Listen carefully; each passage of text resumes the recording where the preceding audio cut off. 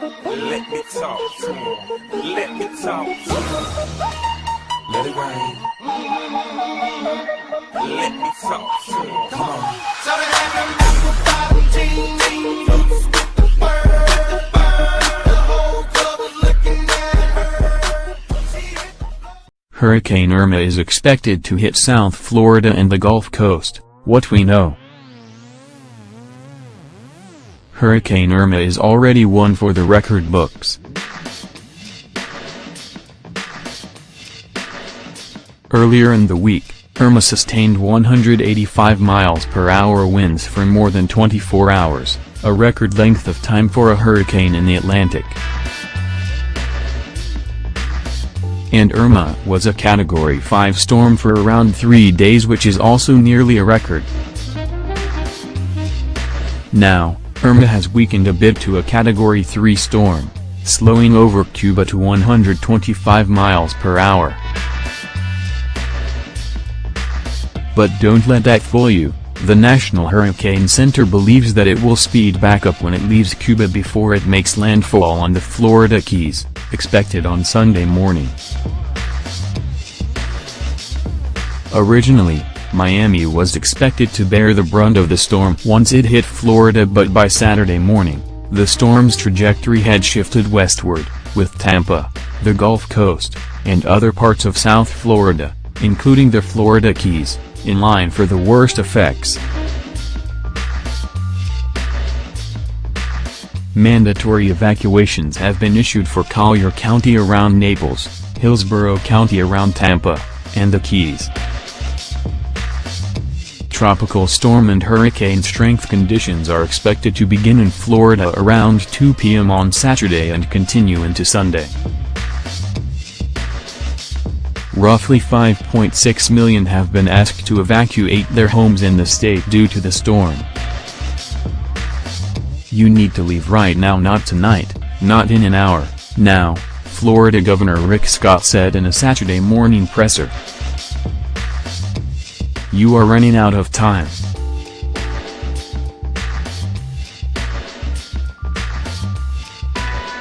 The National Hurricane Center projects that Irma will be Category 4 when it hits Florida. That would make it one of the most powerful hurricanes to land in the state. And it could even strengthen back into a Category 5. But don't focus so much on the category number, which is determined solely by wind speed. It's the combination of wind, storm surge, rain, flooding, and even the possibility of tornadoes that are the biggest concern for much of the Florida peninsula. The greatest threat to loss of life in most hurricanes is storm surge and coastal flooding, not wind. The National Hurricane Center has issued a hurricane warning for much of West and South Florida, which means the center believes dangerous conditions are imminent. Irma storm surge warning as of Saturday, 5 p.m. NOAA. There is the danger of life-threatening storm surge inundation in portions of central and southern Florida, including the Florida Keys, during the next 36 hours, where a storm surge warning is in effect, the National Hurricane Center explained in a Saturday morning update. There's also a chance that coastal areas of Georgia, South Carolina, and North Carolina will be affected by Irma. Irma will likely bring periods of heavy rain to much of the Florida Panhandle, Georgia, South Carolina, and western North Carolina early next week, including some mountainous areas which are more prone to flash flooding, the Hurricane Center reports. Projected course of Hurricane Irma as of 5 p.m. Saturday. NOAA. Irma has already devastated several eastern Caribbean islands. On Wednesday, the fierce storm hit the northeastern Caribbean islands with 185 miles per hour winds, moving through Barbuda and St. Martin.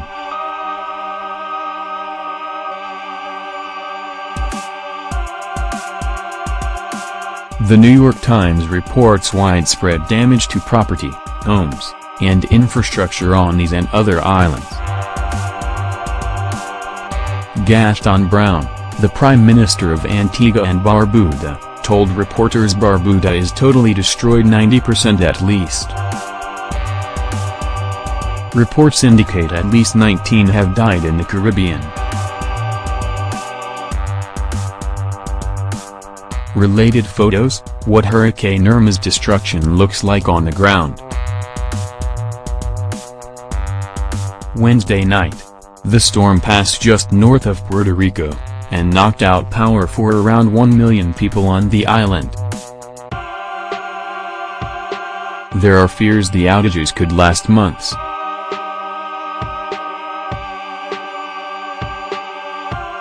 On Thursday, Irma grazed by the north shore of Dominican Republic and Haiti and started to pummel Turks and Caicos and the southeastern Bahamas.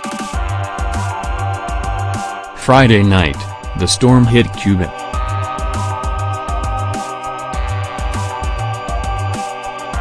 Evacuations in Florida are underway.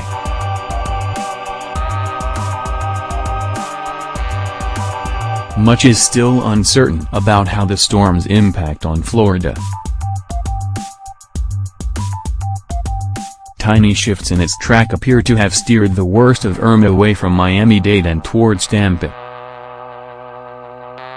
There are also chances of impacts in Georgia and the Carolinas, depending on which direction the storm moves in the coming days.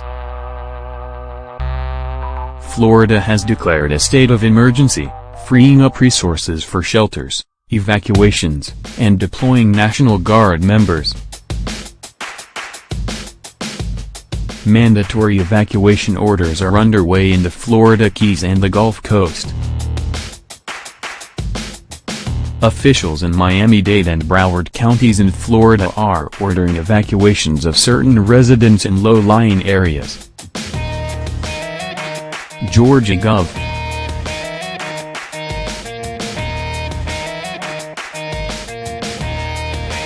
Nathan Deal has also declared a state of emergency and ordered the evacuations along the coast beginning Saturday. Georgia, with a concave, shallow coastline, is particularly vulnerable to storm surge, Hal Needham, a geographer and storm surge expert, says. Even if Irma degrades to a tropical storm by the time it reaches Georgia, there still can be a 10 to 12-foot storm surge, Needham says. NOAA.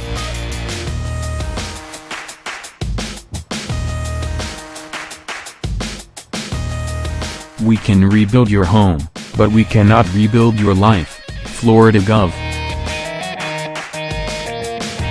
Rick Scott said on CNN Wednesday.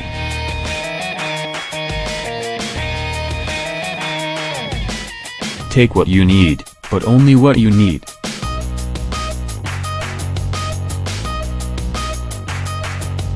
Don't just focus on wind speed.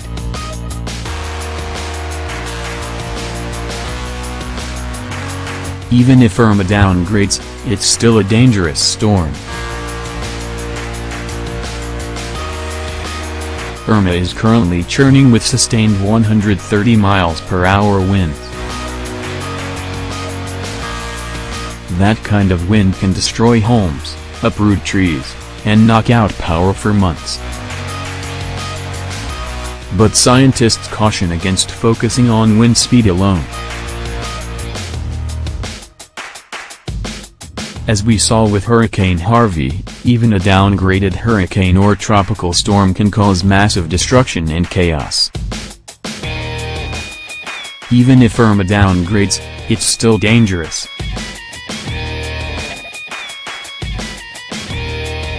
The National Center for Atmospheric Research is a hurricane severity scale that factors in wind speed, hurricane size, and forward speed, whether it stalls or not, to rate the potential destructiveness of a storm 1 to 10 scale. Earlier this week, Irma rated at a 5.3. On this scale, Hurricane Katrina would have scored a 6. Zachary Crockett, Vox.